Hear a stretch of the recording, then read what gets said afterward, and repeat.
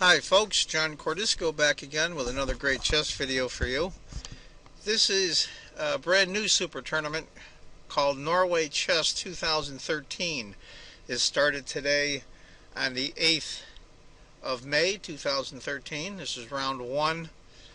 I'm going to show the game between Hikaru Nakamura from the United States and Wang from China.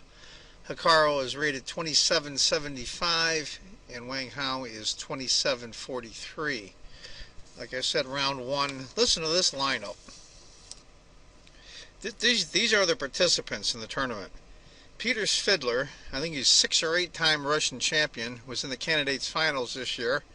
From Russia, Von Hammer from Norway. I like the Hammer. He's a cool guy. I see him once in a while. He's a very, very top grandmaster, besides Magnus Carlsen, of course, from Norway. And then there's, of course, #1 rated player in the world, Magnus Carlsen. Former world champion, Topalov.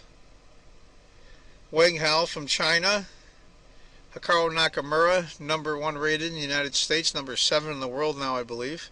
Karyakin, who I believe is from Ukraine, but goes under the Russian Federation. And Rajabov, who took a pretty good tumble in the candidates final, but he's a top player. He used to be rated #4. I think he's about 14 now, but he'll climb back up. Levin Aronian, I think he's rated #2 in the world. If not, he's #3. Him and Kramnik are neck and neck. And last but not least, Vishy Anand, the world champion. I mean, what kind of lineup is that? Holy crow. Anyway, I can see why Hikaru didn't play in the U.S. Championships this year. This is a top tournament in the world. Anyway, it's a Petrov defense. Hikaru has white and Wang has black. Knight f3, and here we go, the knight f6. That shows you it's a Petrov. Hikaru takes d6, hitting the knight. Knight goes back, knight takes, knight to c3, knight takes, d-pawn takes. Some of you might wonder why he takes with a d-pawn. Well, if he didn't take with a d-pawn, this bishop is now stuck. After taking with a d-pawn, as you can see, both of these bishops have clear sailing out. It's a lot easier to bring your pieces out.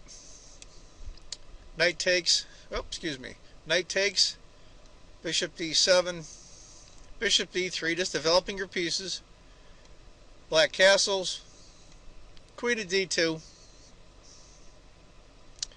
b6, castles long. Now I always hate playing against the Petrov, but if I can get this position, I think I would be okay, especially with long castling. It's going to make for a lot more exciting game, because usually you'll see a pawn rush on each side. Bishop to b7 for Wang Hikaru goes knight to d4. Maybe Hikaru would consider going bishop to d3 and then knight to d7. Right now, I do have my computer on. You can't see it. It's Fritz 13, and right now it's a tiny advantage, 0.03 for black. We might as well just call it even. Knight to c6 for black. Knight to f5. I like that move. It makes the bishop move, and kind of in a weird way it picks up a tempo. Bishop to f6, h4. I like that as well, because he's just trying to bring his bishop to here. Rook to e8.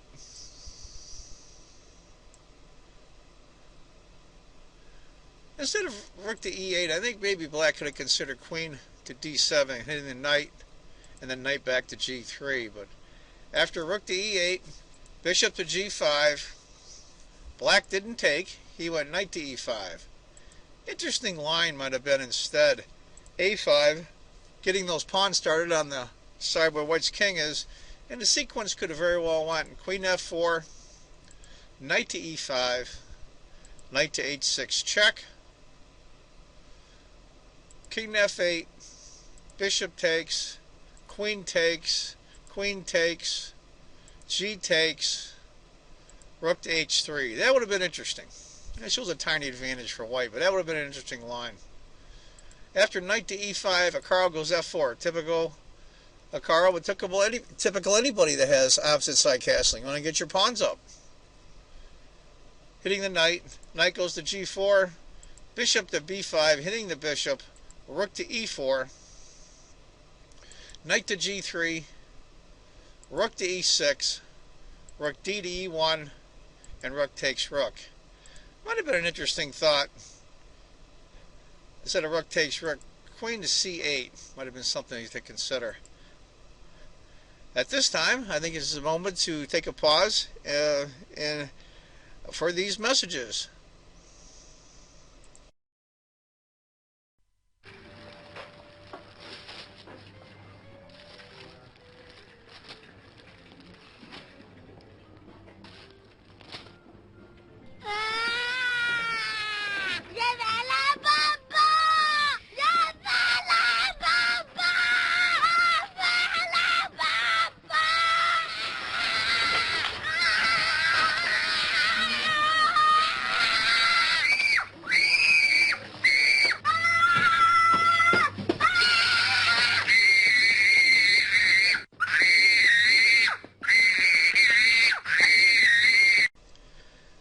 Welcome back. After Wang Hao took on e1, Carl took back the rook. Black went h6. Now it starts getting a little interesting. Carl goes queen to e2, leaving the bishop here for the pawn to take. Might have been an interesting line, might have been queen to rook to e8, queen takes, bishop takes, rook takes, bishop takes, knight takes. That actually puts white up at about a pawn and a half. The material is a queen for a rook and a bishop. I don't know if I'd want to run that route either if I was black. After queen to e2, queen to c8. Maybe interesting instead might have been knight to h2, queen to h5, g6, queen takes. Looks awful dangerous. But actually, I think black's not in bad shape. He's down a pawn, but there's no real attack. After queen to c8, Akara went bishop to d3, leaving the bishop in pre. Queen to e6, queen takes, f takes. This is a very interesting position. Right now, white's almost about 3/4 of a pawn up. Bishop takes, knight takes, rook takes c6. White's up a pawn right now. Bishop takes, material is even, rook to e7. Knight to d5. This is some interesting maneuvering is going to go around the next few moves. These minor piece rook endings are always really tough. Bishop to c4, putting the pin on the knight onto black's king. King moves immediately, threatening the rook. Bishop takes, king takes.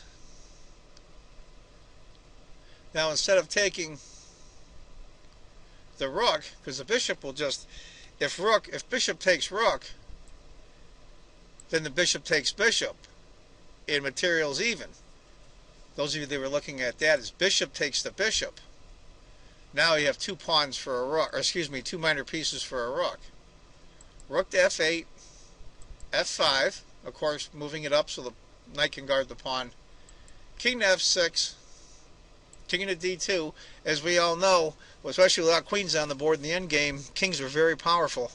I've read in places that they're worth 4 points, and a bishop and a knight is worth 3, and a rook is worth 5, so they're a fairly powerful piece in the endgame. d5, king to e3. Those of you that were thinking that bishop takes d5, what would happen is you just go rook to d8 and you're going to lose the bishop. After king to e3, king to e5, black's bringing his king right up. Akaro double guards his pawn. He's planning on moving his knight, obviously. Rook to d8 by Wang Hao. Knight to e2 from Akaro. And there's two good spots here for the knight, here and here. c5, he's going to get his pawns right up there. King to f3, he's moving him right out of the way. Rook to d7, Knight to f4. That's a good outpost spot for that knight. He can jump in here, and the bishop is guarding the pawn. I think Carl's in good shape. It's about almost a pawn and a half up in score. Currently, it's a knight and a bishop for a rook. King to f6. The king comes right back. h5 for Carl. a6. Oh, excuse me, a6.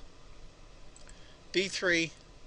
Interesting might have been bishop to g2, d4, and then c4. And as you can see, of course, black can't push this pawn anymore. And after this king moves, this is a really nice diagonal for the light squared bishop. After b3, here comes the mistake. Now this is move 36. I didn't see what the times were, how much time each of them had. When you have two minor pieces and all these pawns against the rook, you've got to be precise. It's one of the oxymorons in chess. The less pieces there are on the board, the more complicated and the more precise you have to be, because there's a lot less room for error. And this is where Wang makes his mistake. The computer suggests c4 or king to e5. Wang goes rook to d8. And that jumps from a little over a pawn advantage to almost 2.5 pawns advantage. Knight to e6, rook to d7, king to f4. Now there's going to be some subtleties here, but Carl seems to have it well under control. I think this is a time to take a break and for these messages.